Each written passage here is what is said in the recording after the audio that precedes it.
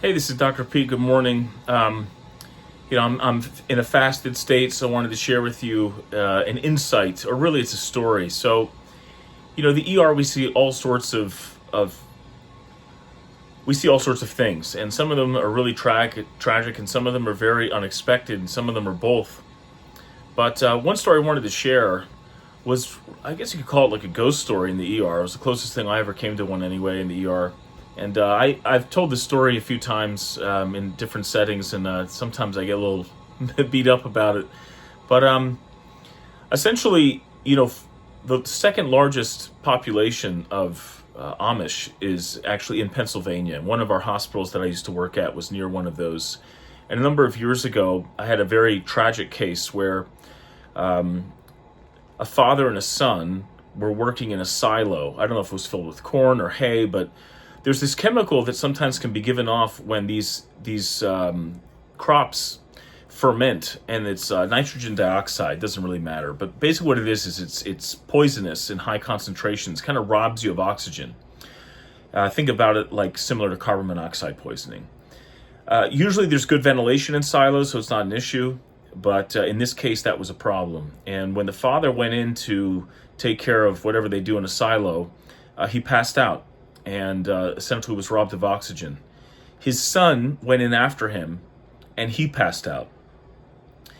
So then comes this heroic brother, and he goes down into the silo, puts them on his back, I assume, and somehow gets them out of there, both of them. The problem was that both had died. The two earlier individuals in the process. And when the ambulance staff got there and started doing CPR and doing everything they needed to do, they actually got the first son back. They got him back alive, and they got the father. Well, they got the father out and they did CPR, but he died. The brother, of course, the hero, he was fine.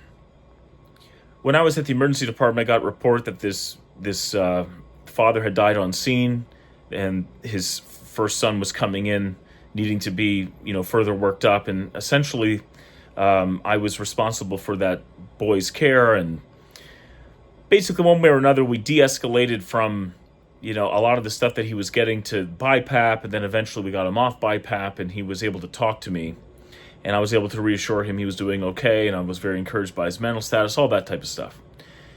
The tough part was I had to go back in once he was no longer confused and lethargic, and tell him that his father had died. And so this is where the ghost story comes in. So I go into the room, and I'm telling this young Amish boy, who's probably a teenager, hey, I'm so glad you're doing well. We've got you through a lot of different steps and making sure that you're going to do okay, and I think this will work out. But I'm very sorry to tell you that your father has died in the process. Your brother is a hero. He removed them from the silo, but unfortunately, your father got taken out of the silo, but they could not get him back. And this teenager, who of course is quite innocent, and he's Amish, and good intentions, he, with every innocent bone in his body, I'm sure, just said, "Well, that's impossible. I know my father's not dead." And again, this is right after all this stuff occurred. This is not like days later. This is right after a lot of things had happened to make him better, the boy. And again, the boy said, "No, that's impossible. My dad has to be alive." And I said, No, I'm so sorry to tell you, but we know for sure. We confirmed on scene, actually, he was confirmed dead. And the boy said, "No, when I woke up outside of the silo and I looked up, my father was standing over me, telling me that everything was going to be okay." And anyway, unfortunately, his father did die, but I'm telling you, just like when Trump was shot and he gave off this sort of pure response of fight, fight, fight. This little boy, in his own way, as a teenager, was speaking honestly from the heart, and it was to say that he saw his father. It doesn't make any sense, but it just was a sad story. But I'm sure that boy will be okay, and thank God for the heroism of his brother. Father didn't make it. We couldn't bring him back, but